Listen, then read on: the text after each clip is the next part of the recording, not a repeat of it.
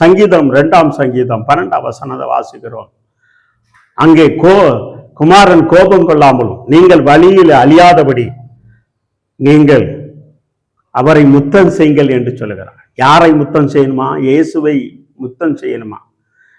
எனக்கு அருமையான தேவனுடைய, இந்த நாள் முழுதும் நீ அழியாம இருக்கணும், உன் குடும்பம் அழியாம இருக்கணும், உன் பிள்ளைகள் அழியாம இருக்கணும். நீ போற பாதை, உன்னுடைய பிரயாணங்கள்ல பாதுகாப்பு இருக்கணும். அப்படி என்றால் நீ முதல்ல ஒவ்வொரு நாளும் நீ ஆண்டவராகிய இயேசு கிறிஸ்துவை முத்தம் செய்யுங்க.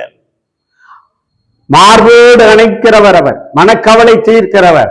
ஐ லவ் ஜீசஸ் அப்படின்னு சொல்லி முத்தமிடுங்க. ஆண்டவரே உம்மை முத்தமிடுகிறேன், நீரே சர்வலோகத்தை படைத்தவர், ஜீவனுள்ள தேவன், நற்பத்தி தேவன். அவருக்கு கொடுக்கிற முத்தம் என்னைக்கு நிலை நிற்கும். உன் கணவனுக்கோ உன் மனைவிக்கோ பிள்ளைகளுக்கோ பெற்றோருக்கோ கொடுக்கிற முத்தம் அவங்க கொஞ்ச நாள் தான் இருப்பாங்க. ஆனா அவரை அண்டிக் கொள்கிறவர்கள் யாவரும் காக்கப்படுவார்கள். அவரை முத்தம் எடுக்கும் பொழுது உலகத்தின் கடைசி வரைந்தும் அவர் உன்னை பாதுகாக்கிறவர். வழியிலே போற வழியிலே, தொழிலே, ஊழியத்திலே, வேலை செய்யற இடங்களிலே எல்லாம் அவர் தன் தூது அனுப்பி பாதுகாக்கிறவர். அவர் கோபம் கொள்ளக்கூடாது. நீ அவருக்கு முத்தம் விடாம உன் கணவனுக்கோ உன் மனைவிக்கோ பிள்ளைகளுக்கோ பெற்றோருக்கோ நீ முத்தம் விட்டானா அவருக்கு கோபம் வரும். ஏன்னா உனக்கு ஜீவன் கொடுத்தார் அவர், உன்னை படைச்சது அவர். உன் கணவன் மனைவிக்கு நீ 2வது கொடு, முதல்ல இயேசுக்கு முத்தம் கொடு, அவரை நோக்கி முத்தம் விடு.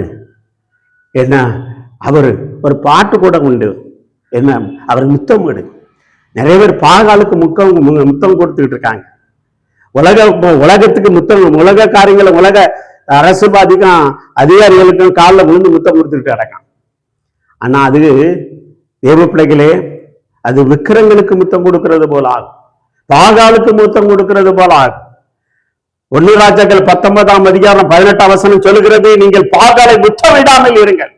நீ உலகத்தை பார்த்து முத்தம் விடாத, நீ முதல் முத்தம் இயேசுக்கு தான் முத்தம் விடு. அவரைக்கா ஒவ்வொரு நாளும் காலையில உன் காரியங்கள் எல்லாம் எந்திரிச்ச உடனே அவரை அப்படியே கட்டி அணைக்க, ஐ லவ் ஜீசஸ் அப்படின்னு சொல்லி அப்பா அவன் அப்படியே முத்தம் விடு அப்படின்னு சொல்லி முத்தம் விட. அப்பா ஆணத்தின் கதவுள் அவரை முத்தமிடு, நீ அவரை முத்தமிட்டு பார், உன் வாழ்க்கை எப்படி மாறுதுன்னு பார். இந்த வார்த்தை கேட்டுக்கொண்டு இருக்கிற தேவனுடைய பிள்ளைக்கு மாம்சமான கணவனுடைய அன்பு முத்தமெல்லாம் களவாய் போய்விடும், மனைவியின் முத்தமெல்லாம் மாறிப்போம், பிள்ளைகள் முத்தமெல்லாம் பறந்து போகும். என் நேசரின் முத்தத்தை நீ நேசரின் முத்தம் விடு, அது என்னைக்கு மாறவே மாறாது. இந்த வார்த்தை கேட்டுக்கொண்டு இருக்கிற தேவனுடைய பிள்ளைகள் எத்தனையோ பேரோ என்ன பண்றாங்க, விக்கிரத்து முன்னால பாகால் முன்னால விழுந்து முத்தம் செய்யறாங்க. ஆனா அது நீ செய்யக்கூடாது, அது செய்யக்கூடாது. ஒருவேளை அறியாத ஜனங்களை செஞ்சிட்டு இருக்காங்க, நீ அறிஞ்சவனும் என்ன பண்ணிக்கிட்டு இருக்க, என்ன முத்தமிட்டு இருக்க. அது தேவனுக்கு அருவருப்பானது, தேவனுக்கு பிடிக்காது. தேவ பிள்ளைகளே, தேவனுடைய வார்த்தையில ஜீவன் இருக்கிற வல்லமை இருக்கிற இந்த வார்த்தை கேட்டுக்கொண்டு இருக்கிற தேவனுடைய பிள்ளைகளே, குமாரன் கோபம் கொள்ளாமல் நீ வழியில அழியாதபடி, உன் குடும்பம் அழியாதபடி, உன் கோத்திரம் அழியாதபடி, உன் தொழில் விவசாயங்கள் ஊழியங்கள் அழியாதபடி அவரை முத்தமிடு. முதல்ல உன் பிள்ளைகள் எல்லாம் காக்கணும், அவரை முத்தமிடு. இயேசுவை முத்தமிடும் பொழுது ஆண்டவர் அன்பு இன்னும் உங்க மேல அதிகமா இருக்கும்.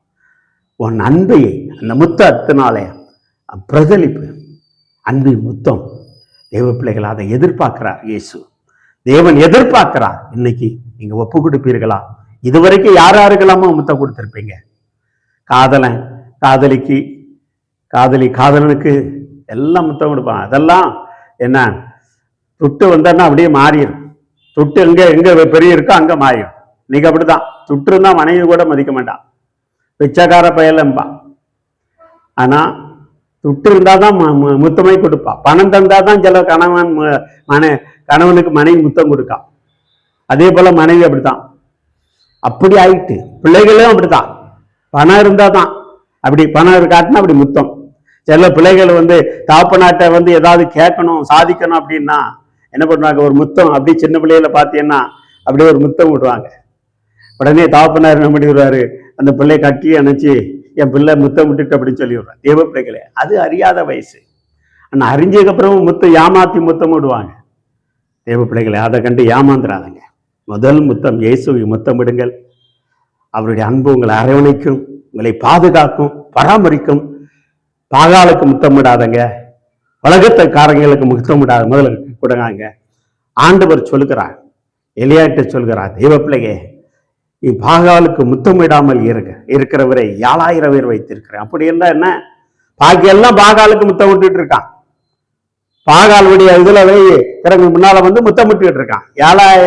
7000 பேர் தான் முத்தமிடல, பாக்கி எல்லாம் ஒண்ணு முத்தமிட்டு இருக்கான். அதான் ஆண்டவர் சொல்ல, பாகாலுக்கு முத்தமிடாத 7000 பேர் வைத்திருக்கிறேன். அப்போ ஒரு சில பேர் தான் ஆண்டவர் முத்தமிடுகிறாங்க, பாக்கி எல்லாம் பாகாலுக்கு முத்தமிடுறது தான். ஆனா ஆண்டவர் எதிர்பார்க்கிறார். எனக்கு அருமையான தேவைப்பட இன்று முதல் நீங்க இயேசுவை நோக்கி அவர் முத்தமிட்டு பாருங்கள்.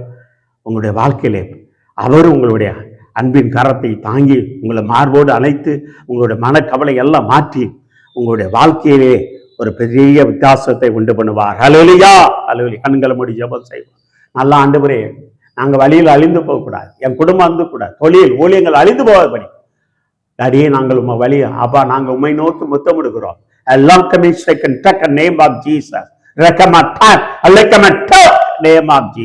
இந்த வார்த்தை கேட்டுக்கொண்டு இருக்கிற ஒவ்வொரு மேலும் வல்லமை இறங்கும்படியா இயேசுவின் நாமத்தாலே ஜெயம் எடுக்கிறோம். நல்ல தந்தையே, ஆமென், ஆமென். God bless you. அதிகாலையில் இருந்துச்சு அவர்கள் முத்தமிடுங்கள், இயேசுவை முத்தமிடுங்கள். கர்த்தருடைய அன்பு இன்னும் உங்கள் வாழ்க்கையில வெளிப்படும். ஹல்லேலூயா, ஆமென், ஆமென்.